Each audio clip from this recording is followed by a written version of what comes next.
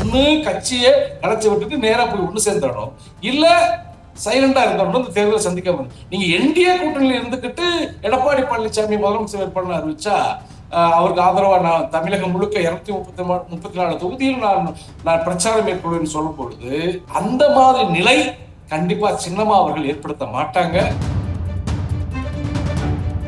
ஜெயலலிதாவின் பிறந்த நாளான பிப்ரவரி 24ஆம் தேதி வந்து புதிய கட்சியை தொடங்க போறாருங்கிற மாதிரியான ஒரு தகவல் கடந்த சில நாட்களாகவே இருக்கு. எடப்பாடி பழனிசாமி இந்த என்டிஏ கூட்டணி திமுகவை வீழ்த்துறதுக்கு வாய்ப்பே கிடையாது. திமுகவுடைய பி டீம் தான் எடப்பாடி பழனிசாமி. எப்படி எதிரியை வீழ்த்துருவாரு? அப்ப எதிரியை வீழ்த்தணும் என்றால் சின்னமா முடிவெடுக்க வேண்டும். வரக்கூடிய சட்டமன்ற தேர்தலில் எதிர்கட்சி தலைவராக கூட ஆக வாய்ப்பே கிடையாது. ஒரு முறை அதிமுக திமுகவை எப்படி வீழ்த்துச்சு, எதிர்கட்சி நிலைக்கு ஆகாத நிலைக்கு அன்னைக்கு தேமுதிக எதிர்கட்சியை நாங்கள உருவாக்கணும். அந்த நிலை திமுகவுக்கு வாய்ப்பளிக்க போறீங்க. சின்னம்மாவுடைய ஆதரவு, ஓபிஎஸோட ஆதரவு இல்லைன்னா நீ நாசமா போறது தெரிஞ்சுக்கிட்டே இவங்க நீக்கிறதா இவங்க எல்லாம் துரோகி யார் நீதான் துரோகி நாங்க சொல்றேன். விஜய் அவரோடு சின்னம்மா கூட்டணி வைப்பாங்களா அல்லது வேற இயக்க? கண்டிப்பா ஒரு கூட்டணி தேவைப்படுகிறது. வரக்கூடிய சட்டமன்ற தேர்தலில் திமுக கூட்டணி, அதே போல திமுகவினுடைய பி டீம் கூட்டணி யாரு? எடப்பாடி கம்பெனி. அதான் சொல்ல திமுகவுடைய கூட்டணி ஒன்று, திமுகவினுடைய பி டீமான எடப்பாடி கம்பெனி கூட்டணி ஒன்று, சுத்தமான அதிமுக தொண்டர்களுடைய கூட்டணி ஒன்று. அது விஜயாக இருந்தாலும் கூட மக்கள் வரவேற்கத்தான் ஏற்க மாட்டாங்க. ஜீ தமிழ் நியூஸ் நேயர்களுக்கு வணக்கம். அரசியல் சார்ந்த பல்வேறு விஷயங்களை இன்று நம்முடன் பேசுவதற்காக சசிகலாவின் ஆதரவாளர் திரு தேனி கர்ணன் அவர்கள் இணைஞ்சிருக்காரு. அவர்கிட்ட பேசலாம். சார் வணக்கம். சார், ஜீ தமிழ் நேயர்களுக்கும் மற்றும் சகோதரி உங்களுக்கும் அன்பான மாலை வணக்கம். சொல்லுங்க சார். சார், இப்ப பாத்தீங்கன்னா சசிகலா அவர்கள் ஜெயலலிதாவின் பிறந்த நாளான பிப்ரவரி 24ஆம் தேதி வந்து புதிய கட்சியை தொடங்க போறாருங்கிற மாதிரியான ஒரு தகவல் கடந்த சில நாட்களாகவே இருக்கு. இது உண்மைதானா? இல்ல, சின்னம்மா பேரறிஞர் அண்ணா எங்களுக்கெல்லாம் வழிகாட்டி, அதிமுகவுக்கே வழிகாட்டி யாருன்னா பேரறிஞர் அண்ணா. அவருடைய அந்த நினைவு நாள் அன்று செய்தியாளர் சந்திப்பு என்ன சொன்னாங்க அப்படின்னா, இந்த முறை நான் சைலண்டா இருக்க மாட்டேன், கண்டிப்பா என்னுடைய ஆதரவாளர்களை குறிப்பிட்ட ஒரு 40 தொகுதியில் நான் போட்டியிட வைப்பேன் அப்படின்னு சொன்னாங்க. அது உங்களுக்கு தெரியும் நினைக்கிறேன். கண்டிப்பா அது சம்பந்தமா தொடர்ச்சியாக இன்று வரை இன்று வரைக்கும் தமிழகம் முழுக்க இருக்கக்கூடிய அதிமுகவுடைய தொண்டர்கள், அமமுகவுடைய தொண்டர்கள், அண்ணன் ஓபிஎஸ் ஆதரவாளர்கள் அனைவருமே அதிமுக தொண்டர்கள் அனைவருமே சின்னம்மா வீட்டுக்கு வந்தவண்ணம் இருக்கிறாங்க. அவங்க எல்லாம் வந்து எங்க தொகுதியில் நீங்க போட்டி போடணும், எங்க தொகுதியில போட்டி போடணும், ஒவ்வொருவரும் விருப்பத்தை தெரிவிக்கிறாங்க. அப்படி இருக்க பட்சத்தில் கண்டிப்பா வந்து புரட்சி தலைவி அம்மாவுடைய பிறந்த நாள் அன்று ஒரு மிக பெரிய ஒரு பொதுக்கூட்டம், அந்த பொதுக்கூட்டத்துல ஏழை எளிய மக்களுக்கு நலத்திட்ட உதவிகள் செய்யறாங்க. கண்டிப்பா அன்னைக்கு ஒரு நல்ல முடிவு எடுப்பாங்கன்ற நம்பிக்கை எங்களுக்கு இருக்கிறது. கண்டிப்பா அவங்க என்ன சொல்லிட்டாங்க, தேர்தலில் என்னுடைய ஆதரவாளரை நிறுத்துவேன்னு சொல்லிட்டாங்க. அப்ப தேர்தலில் ஆதரவாளர் நிறுத்தும் பொழுது கண்டிப்பா அதுக்குன்னு ஒரு அமைப்பு தேவைப்படுகிறது. அந்த அமைப்பை வந்து கொண்டு போய் தேர்தல் நடத்த கொடுத்தா சின்னம் ஒதுக்குவாங்க. கண்டிப்பா அதெல்லாம் சின்னம்மாவுக்கு தெரியும்.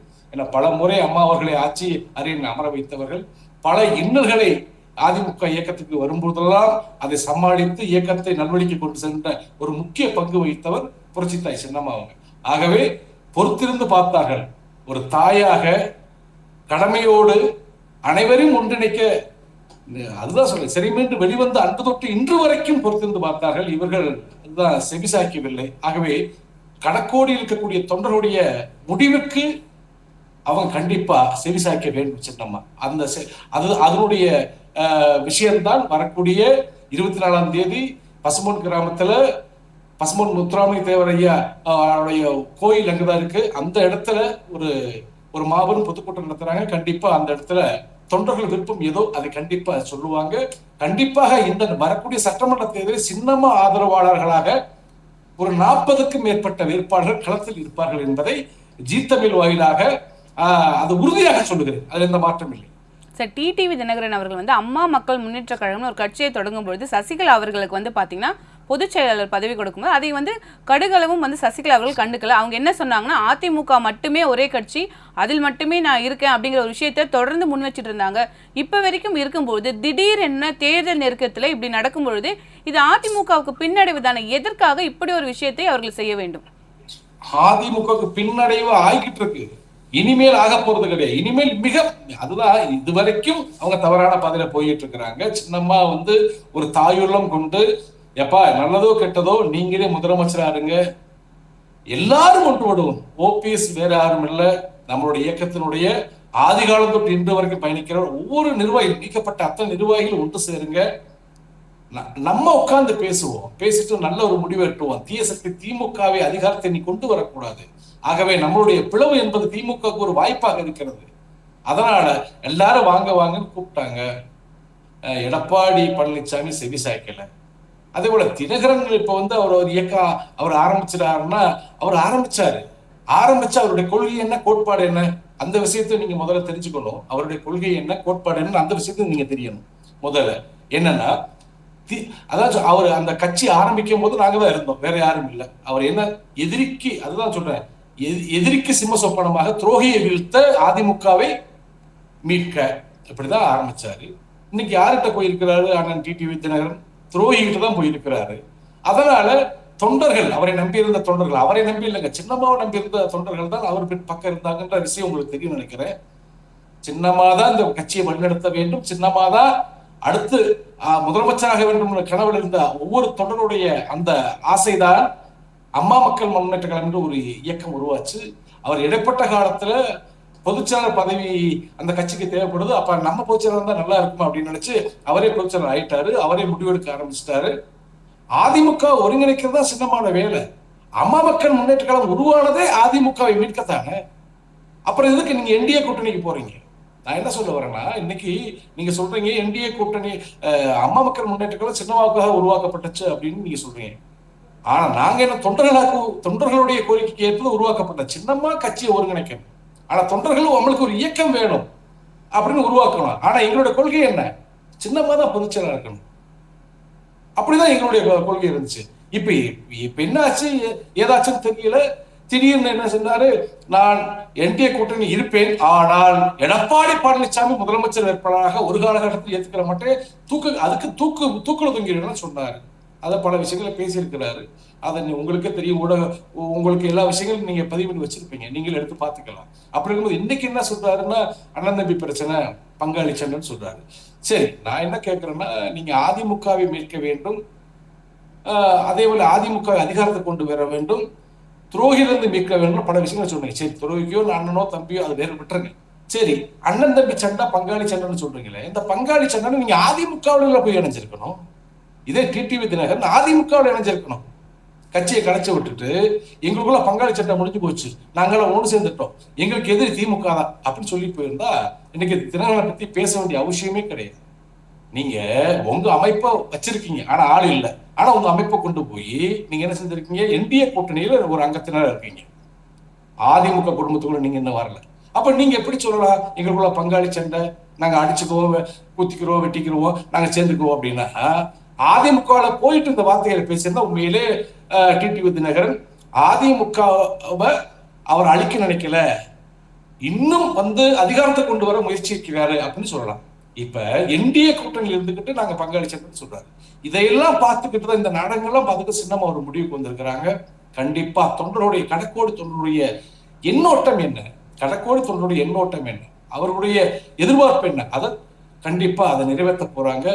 வரக்கூடிய 24ஆம் தேதி கண்டிப்பா சின்னமா அறிவிப்பாங்க. அது தனி இயக்கமா, அது என்னவென்று கட்சியினுடைய பொதுச்செயலாளர், இப்போ எங்களுக்கு அதிமுகவினுடைய பொதுச்செயலாளர் யாருன்னா சின்னம்மா, எங்களுடைய கழக பொதுச்செயலாளர் என்ன சொல்றாங்களோ அதை பின்பற்றி நடப்பதுதான் எங்களுடைய கடமையா. சரி, இப்போ என்டிஏ கூட்டணியில டிடிவி தினகரன் போயிட்டு இணைஞ்சிட்டாரு. இப்போ அதே மாதிரி சசிகலா அவர்களும் இப்போ புதிய ஒரு அமைப்பையோ ஒரு கட்சியோ தொடங்கும் பொழுது அப்ப அவர்களின் திட்டம் என்ன? அவர்களும் என்டிஏ கூட்டணியில போய் இணைஞ்சிருவாங்களா? அப்போ இல்ல, ஒரு காலத்துல இப்ப என்டிஏ கூட்டணியில் இருந்துகிட்டு எடப்பாடி பழனிசாமிக்கு ஆதரவு செய்வது அது எந்த அளவுக்கு நியாயம் என்பது எங்களுக்கு தெரியாது. அது நியாயம் இல்லை என்பதை தெரிந்துதான் அமமுக தொண்டர்களும் நிர்வாகிகளும் தொடர்ச்சியாக சின்னம்மாவை சந்தித்துக் கொண்டிருக்கிறார்கள். என்டிஏ கூட்டணியில் இருந்து கொண்டு எடப்பாடி பழனிசாமி எப்படி ஆதரிப்பது?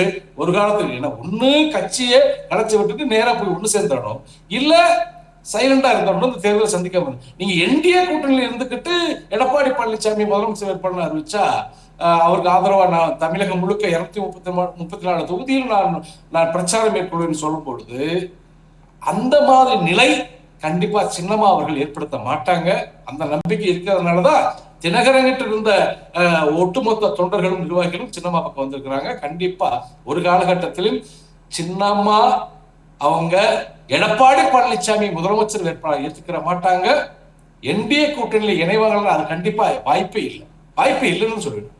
சரி, இப்போ சசிகலா அவர்களை பொறுத்த வரைக்கும் அவங்க வந்து கடந்த 5 ஆண்டுகளாவே இருந்தா கூட அவங்களோட ஆளுமையை நிரூபிக்கவில்லை தானே. சரினா அவங்களால இப்போ வரைக்கும் அதிமுகவுக்குள்ளேயும் செல்ல முடியல, தேர்தலையும் வந்து பார்லிமெண்ட் எலெக்ஷன் போகும்போது அமைதியாக இருந்தாங்க, பரவாயில்ல. இப்போ ஸ்டேட் எலெக்ஷன் வருதுன்னு போது சட்டப்பேரவை தேர்தலிலும் ஒரு புதிய கட்சியை தொடங்க வேண்டிய சூழல், ஒரு 40 பேரை தான் அவங்களால நிறுத்த முடியுதுங்கிறது அவங்களுக்கான ஒரு பின்னடைவு தானே, சசிகலா அவர்களுக்கான பின்னடைவா தானே சார் இதை எடுத்துக்க முடியுது. எங்க தமிழகம் முழுக்க ஆதரவு சின்னம்மாவுக்கு இருக்குங்க. ஆனா 40 இடங்களை வெற்றி பெற வாய்ப்பு இருக்குல்ல, அப்ப நாங்க தீர்மானிக்க முடியும்ல.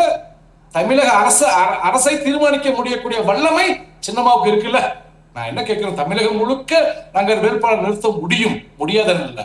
ஆனா ஒரு 40 இடங்களில் சின்னம்மா நிறுத்திய எந்த ஒரு கடக்கோடி தொண்டை கூட வெற்றி பெற வாய்ப்பு இருக்கு. அப்ப எங்களுடைய பலத்தை நிரூபிக்கக்கூடிய நேரம் வந்திருக்கு. கண்டிப்பா அதை நிரூபிச்சுதான் ஆகணும். அப்ப தமிழகம் முழுக்க வேட்பாளர் போட்டுன விஷயம் இல்லைங்க. நம்மளுக்கு அதிகப்படியான எங்க ஆதரவு இருக்கோ அங்க கண்டிப்பா வேட்பாளர் நிறுத்தி தன்னை நிரூபிச்சு காமிச்சு நாங்க இல்லாட்டி அதிமுக இல்லை என்பதை நிரூபிக்க வேணுமா இல்லையா? அதுக்குத்தான் ஒரு முயற்சி எடுத்துட்டு இருக்காங்க சின்னம்மா. சரி, இப்போ நீங்க நிரூபிக்கிறீங்க அப்படின்னு சொல்லும்போது உங்களை பொறுத்த வரைக்கும், அதிமுகவை பொறுத்த வரைக்கும் சரி, சசிகலா அவர்களை பொறுத்த வரைக்கும் எதிரின்னு சொல்லி திமுகவை தான் அட்ரஸ் பண்ணிட்டு இருக்கீங்க. அப்ப எதிரின்னு சொல்லி சசிகலா அவர்களும் அதிமுகவும் திமுகவை சொல்லிட்டு இருக்கும்போது சசிகலா அவர்கள் அப்படி தனித்து நின்று 40 தொகுதிகளை நீங்க சொல்ற மாதிரி கைப்பற்றாங்க அப்படின்னும் போது கூட அதிமுகவுக்கு பாடம் புகட்டி என்ன நடக்க போகுது? ஏன்னா திமுக மீண்டும் ஆட்சிக்கு வராதா? அப்ப உங்களுடைய கொள்கையிலிருந்து நீங்க விலகி போலையா? இல்ல, ஒரு விஷயம் நீங்க சகோதரி நல்லா நீங்க புரிஞ்சுக்கணும். நீங்க நாங்க கொள்கையிலிருந்து விலகி போடுங்க. தொண்டனுடைய விருப்பம் என்ன, அதிமுகவுடைய பயில என்ன, அதிமுக கடக்கோடி தொண்டனுடைய உரிமை என்ன, இதைத்தான் நாங்க தொடர்ச்சியா சொல்லி வரோம். திரு எடப்பாடி பழனிசாமி என்ற உலக மகா துரோகிக்கு தொடர்ச்சியாக 8 வருஷமா சொல்லிட்டு வரோம். என்ன சொல்லிட்டு வரோம் அப்படின்னா, எங்களுடைய விருப்பம் அம்மாவுக்கு அடுத்தபடியா சின்னம்மா அவங்க தான் கட்சியை வழி நடத்தணும்னு சொல்ல வரோம். உங்களை அரியணையில் அமர வச்சு முதலமைச்சராக்கி அழகு பார்த்துட்டு சிறுகி போனாங்க. சரி, நல்ல ஒரு மனுஷன் நாங்க ஏத்துக்கணும், கடக்கோடி தொண்டன் ஏத்துக்கணும்னா நீங்க அன்னை என்ன செஞ்சிருக்கணும்? சின்னம்மா வெளியில வரும்போது அவங்கள வரவேற்றிருக்கணும். வரவேற்று என்ன செஞ்சிருக்கணும்? அம்மா நீங்க ஒப்படைச்ச ஆட்சிய எந்த ஒரு களங்கம் இல்லாம நடத்திருக்க, அம்மா பேருக்கு களங்கம் இல்ல, உங்க பேருக்கு களங்கம் இல்ல, நல்லபடியா நடத்திருக்க, வரக்கூடிய தேர்தல் நம்ம உங்களுடைய ஆலோசனை பெறமான்னு சொல்லியிருந்தா எதிர்கட்சி அல்ல, மறுபடியும் முதலமைச்சர் ஆயிருப்பார் எடப்பாடி பழனிசாமி. சின்னம்மா வாய்ப்பளிப்பாங்க. ஓபிஎஸ் அவர்களுக்கு 3 முறை வாய்ப்பளிக்கலையா? அதுபோல எடப்பாடிக்கு ஏன்னா மறுமுறை வாய்ப்பளிக்க ஏன் முடியாது? ஆனால் அந்த பதவி வெறி, அந்த சுயநலம், அன்னைக்கு சின்னம்மா நேரா வீட்டுக்கு தான் போகணும், டி நகருக்கு தான் போகணும். அம்மாவுடைய சமாதிக்கு போகக்கூடாது, கட்சி அலுவலகத்துக்கு போகக்கூடாது, எந்த இடத்துக்கும் போகக்கூடாது. நீங்க வாப்பூட்டு சட்டம் போட்டீங்க, 144 தடை உத்தரவு போட்டீங்க. இதெல்லாம் மக்கள் கவனிச்சுட்டு இருந்தாங்க, தொண்டர்கள் கவனிச்சுட்டு இருந்தாங்க. கண்டிப்பா சின்னமாவும் அமைதி காத்தாங்க. ஒரு தாய், பிள்ளைகள் தவறான வழியில போயிடுச்சு, அந்த பிள்ளைகள் மனம் தெரிந்து வருவதற்கு கொஞ்சம் பொறுமை காக்க வேணுமல்ல தாயின்னா. எடுத்தோடனே தாய் என்ன செய்வாங்க? பெற்றெடுத்த பிள்ளைகள் மனமாறி போகுது, வழி தவறி போகுது, அவங்கள நல்ல ஆலோசனை கொடுத்து அரவணைப்பு தான் தாய். அவன் எடுத்த சோருக்கு அவன் வேற மாதிரி ஆக்ஷன்ல இறங்கக்கூடாது. அதனாலதான் சின்னம்மா பொறுமை காத்தாங்க. அந்த பொறுமைக்கும் ஒரு எல்லை உண்டு. இனி தொண்டர்கள் பொறுமை காக்க மாட்டாங்க. அதனாலதான் தொண்டர்கள் தொடர்ச்சியாக சின்னம்மாவுடைய இல்லமான போயஸ் கார்டனுக்கு தொடர்ச்சியாக அலைக்கடல் என்ன போயிட்டு இருக்கிறாங்க, எல்லாரும் போயிட்டு இருக்காங்க. போய் அம்மா நீங்க ஒரு முடிவு எடுங்க, நாங்க 11 தோல்வியை கொடுத்துருக்கோம் எடப்பாடி பழனிசாமி, இன்னும் தோல்விதான் கொடுப்போம், நீங்க ஒரு முடிவு எடுங்க, அதிமுக நம்ம தான் என்பதை நிரூபிக்க நாங்க இருக்கிறோம், நீங்க எங்க தலைமைய எங்களை வழிநடத்துங்கன்னு சொல்லும் பொழுது சின்னம்மா ஒரு முடிவு எடுத்தான் ஆகணும். இப்ப எதிரியை வீழ்த்தணும் அப்படின்னா எடப்பாடி பழனிசாமி எதிரியை வீழ்த்த வாய்ப்பே இல்லை. எடப்பாடி பழனிசாமி இந்த என்டிஏ கூட்டணி திமுகவை வீழ்த்துறதுக்கு வாய்ப்பே கிடையாது. திமுகவுடைய பி டீம் தான் எடப்பாடி பழனிசாமி. எப்படி எதிரியை வீழ்த்திடுவார்? அப்ப எதிரியை வீழ்த்தணும் என்றால் சின்னம்மா முடிவெடுக்க வேண்டும். இதைத்தான் தொடர்ச்சியாக நான் சொல்லிட்டு வர்றோம். இதை செவிடங்காத சங்கோதரமா கேட்கிறேன். அது என்ன சொல்ல வரேன், காது கேட்டு செவிடேன்னு நான் செவிடேன்னு அழைகிறாரு எடப்பாடி பழனிசாமி.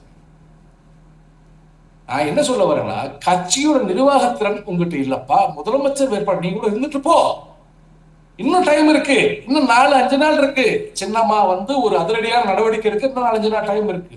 இப்பவும் சொல்றேன் அண்ணன் எடப்பாடி அவர்களுக்கு, இன்னும் எத்தனை பேரை நீ கூட்டணி சேர்த்தாலும் சரி, எவ்வளவு யுத்திகளை நீ கையில் எடுத்தாலும் சரி, வரக்கூடிய சட்டமன்ற தேர்தலில் எதிர்கட்சி தலைவராக கூட ஆக வாய்ப்பே கிடையாது. ஒரு முறை அதிமுக திமுகவை எப்படி வீழ்த்துச்சு, எதிர்கட்சி நிலைக்கு ஆகாத நிலைக்கு, அன்னைக்கு தேமுதிக எதிர்கட்சியை நாங்கள உருவாக்கணும், அந்த நிலை திமுகவுக்கு வாய்ப்பளிக்க போற நீ, அதைத்தான் திருப்பி திருப்பி சொல்றோம். எதிர்கட்சி நிலைக்கு கூட வரக்கூடிய சூழ்நிலைக்கு வரப்போறீங்க நீங்க. உங்களுடைய ஆணவ போக்குல சின்னம்மா சொல்லுவதை நீங்க எல்லாம் செவி கொடுத்து செவிசாச்சு கேளுங்க, நல்லதே நடக்கும். அதிமுக தொண்டன் ஒன்றுபட்டால் திமுக என்பது எங்களுக்கு ஒரு தூசி மாதிரிதான். ஆனா ஒன்றுபட விடலை நீங்க. அதனால நாங்கள் ஒரு முடிவெடுக்க போறோம். கண்டிப்பா சின்னம்மா என்ன சொல்றாங்களோ கண்டிப்பா அதை பின்பற்றி வரக்கூடிய சட்டமன்ற தேர்தலில் நாங்கள் யார், தொண்டர்கள் யார் என்பதை நிரூபிப்போம்.